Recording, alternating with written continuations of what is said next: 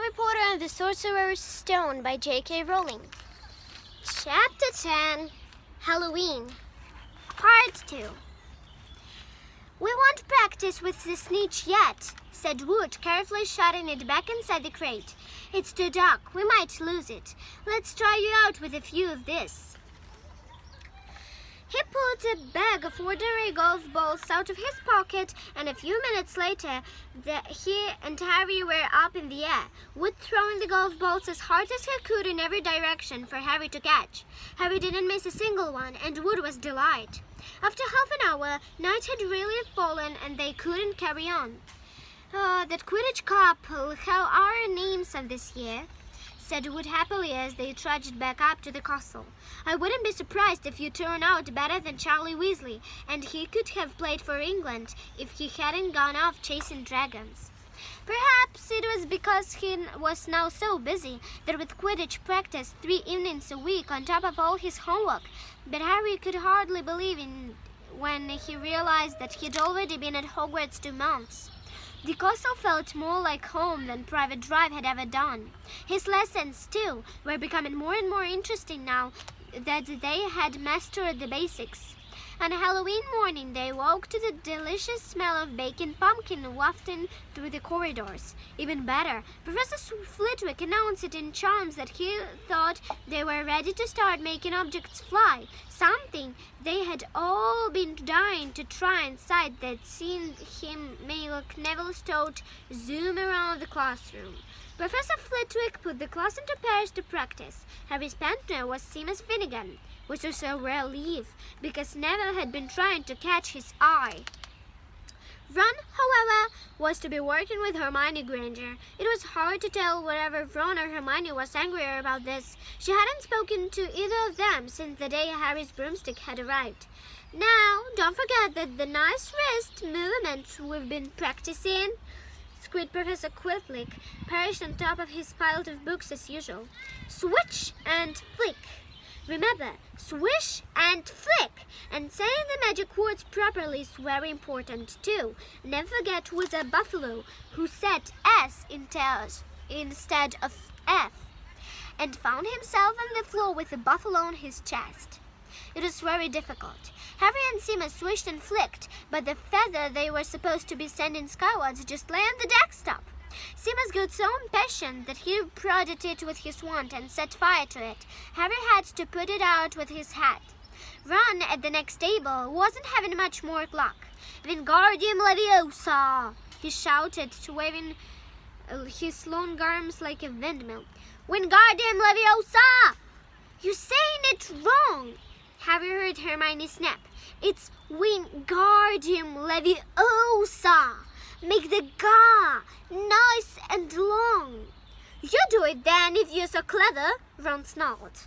Hermione rolled up the sleeves of the ground, flicked the wand, and said, "Wingardium Leviosa." The feather rose off the desk and hovered about 4 feet above their heads. "Oh, well done!" cried Professor Flitwick, clapping. "Everyone see here, Miss Granger's done it."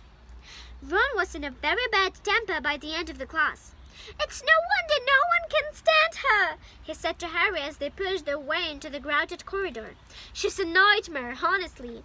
Someone knocked into Harry as they hurried it past him. It was Hermione. Harry caught a glimpse on her face and was started to see what she was in tears. "I think she hurt you." "So," said Ron, but he looked a bit uncomfortable. "She must have noticed she's got no friends." Hermione didn't turn up for the next class and wasn't seen after afternoon. On their way down to the Great Hall for the Halloween feast, Harry and Ron overheard Parvati Patil telling her friend Lavender that Hermione was crying in the girls' toilets and wanted to be left alone. Ron looked still more awkward at this, but a moment later they had entered the Great Hall, where the Halloween decorations put Hermione out of her minds. 1,000 live bats fluttered from the walls and ceiling, while 1,000 more swooped over the tables in low black clouds, making the candles in the pumpkins stutter. The feast appeared suddenly on the golden plates, as it had at the start of term banquet. Harry was just helping himself to a jacket potato when Professor Squirrel came sprinting into the hall, his turban askew and terror on his face. Everyone stared as he reached Professor Dumbledore's chair, slammed against the table and gasped, "Troll in the dungeons! Thought you ought to know!" He then sank to the floor in a dead faint. There was a uproar. It took several purple firecrackers exploding from the end of Professor Dumbledore's wand to bring silence. "Prefects," he rumbled, "lead your houses back to the dormitories immediately." Percy was in his element. "Follow me. Stick together. First years. No need to fear the troll if you follow my orders. Stay close behind me now. Make way. First years coming through. Excuse me, I'm a prefect." "How could a troll get in?" Harry asked as they climbed the stairs. "Don't ask me. They're supposed to be really stupid," said Ron. "Maybe Peeves let it in for a Halloween joke." They passed different groups of people hurrying in different directions. As they jostled their way through the crowd of confused Hufflepuffs, Harry suddenly grabbed Ron's arm. "I just saw Hermione!" "What about her?" "She doesn't know about the troll." Ron bit his lip. All right," he snapped. "But Percy better not see us." Ducking down, they joined the Hufflepuffs going the other way, slipped down a deserted side corridor, and hurried off towards the girls' toilets. They had just turned the corner when they heard quick footsteps behind them. "Percy!" hissed Ron, pulling Harry behind a large stone griffin. Peering around it, however, they saw not Percy but Snape. He crossed the corridor and disappeared from view. "What's he doing?" Harry whispered. "Why isn't he down in the dungeons with the rest of the teachers?" "Search me!" Quietly as possible, they crept along the next corridor after Snape's fading footsteps. "He's hidden from the third floor," Harry said, but Ron held up his hand. "Can you smell something?" Harry sniffled as a foul stench reached his nostrils, a mixture of old socks and the kind of public toilet no one seems to clean. And they had heard it, a long grunting in the shuffling footfalls of gigantic feet. Ron pointed. At the end of a passage to the left, something huge was moving towards them. They shrank into the shadows and watched as it emerged into a patch of moonlight. It was a horrible sight. 12 feet tall, its skin was dull, granite gray. It is a great lumpy body, like a boulder, with its small bald head perched on top like a coconut. It had short legs thick as 3 thongs with flat, horny feet. The smell coming from it was incredible. It was holding a huge wooden club, which dragged along the floor because its arms were too long. The troll stopped next to a doorway and peered inside. It woggled its long ears, making up its tiny mind, then slouched slowly into the room. This is the troll. Here. "The key's in the lock," Harry muttered. "We could lock in it." "Good idea," said Ron nervously. They edged towards the open door, mouths dry, praying the troll wasn't about to come out of it. With one great leap, Harry managed to grab the key, slam the door and lock it. "Yeah!" Flushed with their victories, they started to run back up the passage, but as they reached the corner, they heard something that made their hearts stop. A high, petrified scream, and it was coming from the chamber they just locked up. "Oh no," said Ron, pale as the bloody Baron.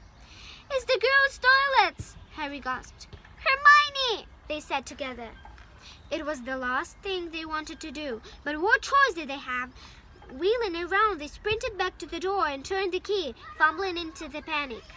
Harry pulled the door open. They ran inside. Hermione Granger was shrieking against the wall opposite, looking as if she was about to faint. The troll was advancing on her, knocking the things off the walls as it went. "Confuse it!" Harry said desperately to Ron, and seizing a tap, he threw it as hard as he could against the wall. The troll stopped a few feet from Hermione. It lumbered around, blinking stupidly to see what had made their noise. Its mean little eyes saw Harry. It hesitated, then made for him instead, lifting its club as it went. "Oh yeah, pea-brain!" yelled Ron from the other side of the chamber, and he threw a metal pipe at it. The troll didn't even seem to notice the pipe hitting its shoulder, but it heard the yell and paused again, turning its ugly snout towards Ron instead, giving Harry time to run around it.